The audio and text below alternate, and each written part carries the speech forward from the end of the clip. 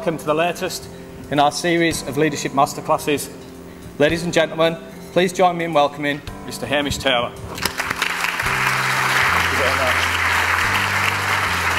Leadership, we tend to think about how we lead, and there's a lot of work that's done on, what's your leadership style and how good are you with people and all that sort of stuff. That's fine, but what are you leading? For the sake of what? Where are we trying to go? Because if you haven't decided that, there's no point in thinking about how you lead if you haven't decided where you're trying to go. And what I found in BA, in Eurostar, and in Sainsbury's Bank was the first 6 months were spent actually deciding where I was trying to lead the team to. Forget actually concentrating on the leadership at this stage, because without that goal, you don't know what you're doing.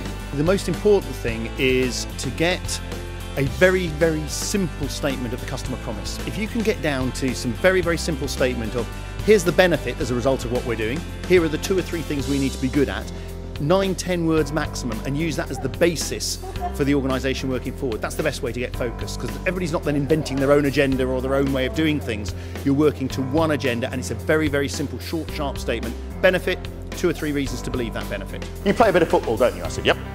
He said, well, normally when you go out there, there's 22 players and a referee on the park. He said, welcome to British Airways, the world of reverse football. There are 22 referees for every player.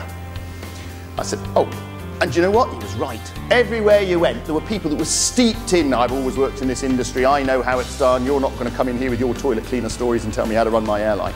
And rightly so. They were proud of their expertise, but you had to overcome that if you were going to create change. If people think they can achieve the goal that you're setting by doing exactly what they've done before, but just doing it by working a bit harder or a bit faster, that's the comfort zone that they'll go back to. So the important thing is that you set an objective and a goal where people look at it, think it's quite exciting, but realise at the outset they're going to have to change if they're going to get there.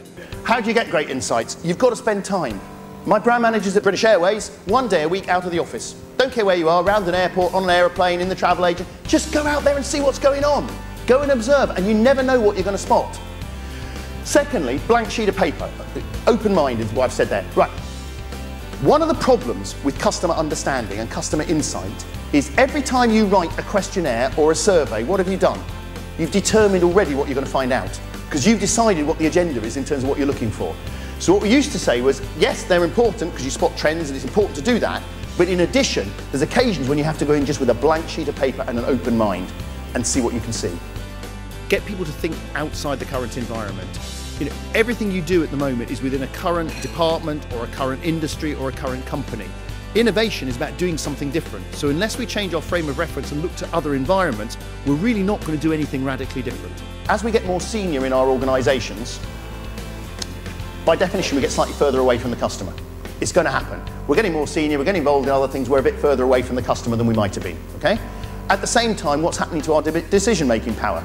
We're getting more and more important, we're making bigger and bigger decisions. So at the time in our career when we're making the biggest decisions we've ever made, we're probably furthest away from the customer than we've ever been.